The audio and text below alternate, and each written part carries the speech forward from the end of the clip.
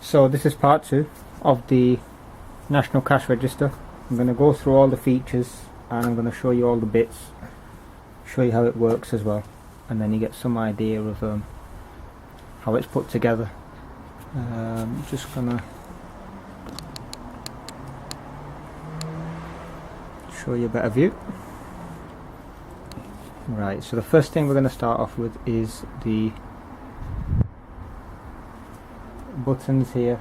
The buttons control the pricing, and the keys, once you key in an item, so let's say 00, it'll give you 0, 09, it'll give you 9, 1.5, it'll give you 1.5, £1, we'll clear it first and then we'll go to £1. £1.